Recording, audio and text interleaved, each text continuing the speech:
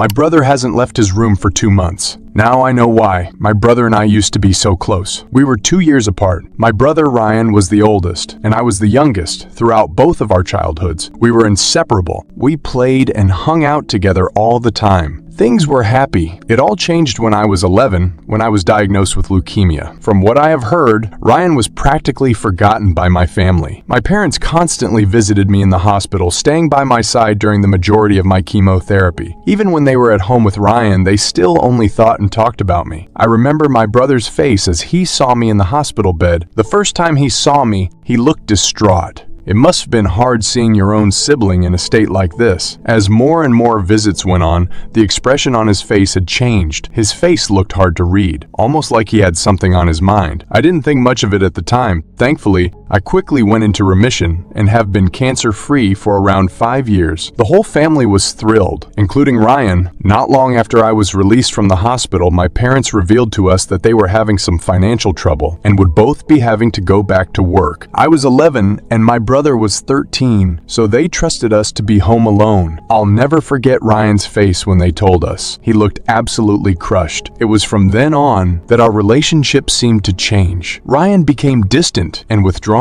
He was quicker to anger and didn't seem to want to be around me. At the time, I figured it was part of him becoming a teenager. While this behavior continued for next 5 years, it was only around 3 months ago when his behavior began to get stranger. It started after he finished his senior year of high school. Once summer break began, he started spending much more time in his room. His bedroom is on the basement floor of the house, so he always has his privacy. Not long after school ended, I began to notice some odd signs. I remember sitting on the couch, watching television. Ryan wasn't home, and my parents were out working. When Ryan came home, he was carrying some sort of container. I couldn't tell what was inside since it was covered by a white sheet. I asked him what it was, but he told me loud and clear that it was none of my business. He brought the mysterious container down into his bedroom. He then came back upstairs, back outside to his car, and came in with another container, still covered by a white sheet. He continued this a few more times, coming back with more covered containers. At this point, I was extremely curious, but I didn't want to upset him by asking again. Once he finished retrieving the containers, he went back to his car and returned with more stuff. This time, he came back with many bags of food and bottled water. All of the foods were non-perishables, like bread,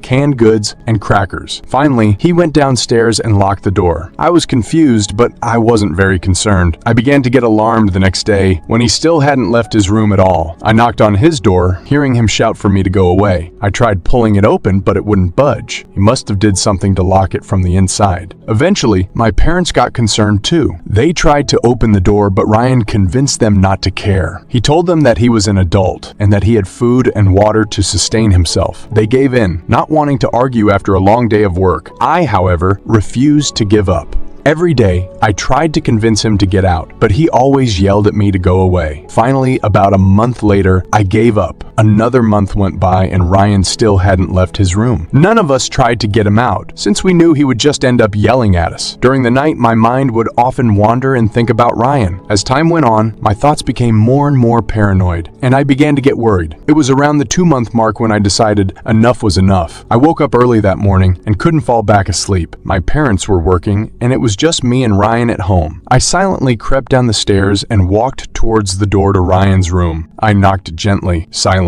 I knocked harder, but still got no response. I tried calling his name, but was still met with silence. I continued to knock, eventually banging at the door. I was getting really scared. I put my ear to the door and noticed something. I heard a noise that sounded like a muffled buzzing. I finally got to a point where I decided I had to force my way in somehow. I went in the garage, retrieved a baseball bat, and headed back to Ryan's door. I struck the door. As the wood broke, I was hit with a horrific stench and a swarm of flies flying out. Suppressing a gag, I turned on my phone's flashlight and headed downstairs. I called my brother's name. Ryan?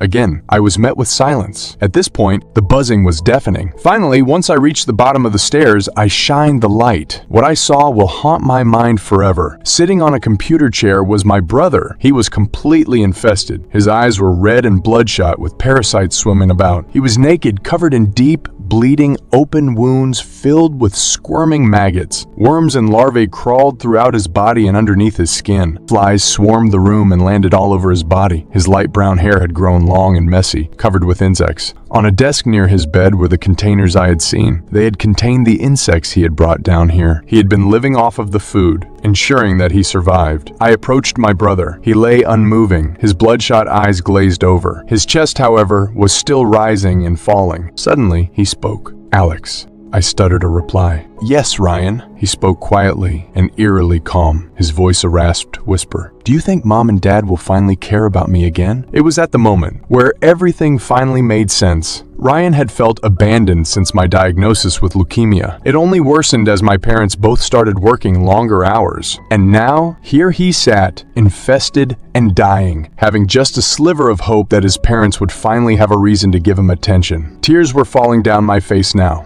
Of course they will. Barely 20 minutes later, the ambulances arrived. My parents rushed home from work and couldn't stop sobbing once they saw Ryan in his current state. He was rushed to the hospital and died hours later. He had gotten exactly what he hoped for. Mom and Dad are distraught and cannot stop thinking about him. At first, I felt guilty. If it wasn't for my leukemia, he never would felt neglected. But then I felt anger. He didn't have to destroy his own body. All he wanted was his parents' attention, and now he isn't even alive to see it. Now, as I stand in front of my brother's grave, I feel nothing but pure emptiness. A hole in my heart that Ryan once filled is now empty. I sighed, looking at my brother's grave. As I stared at his engraved name, I noticed it. A little maggot was crawling down his gravestone.